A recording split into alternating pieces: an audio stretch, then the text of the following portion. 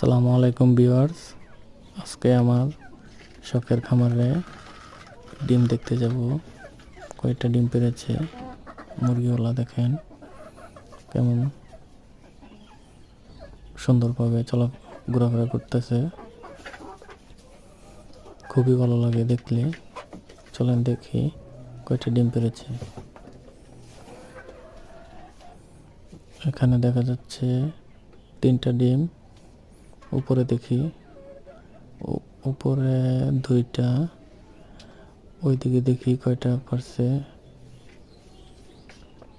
এইদিকে 6টা ডিম পেয়েছি, আলহামদুলিল্লাহ। আজকে মোট 11টা ডিম পেলাম।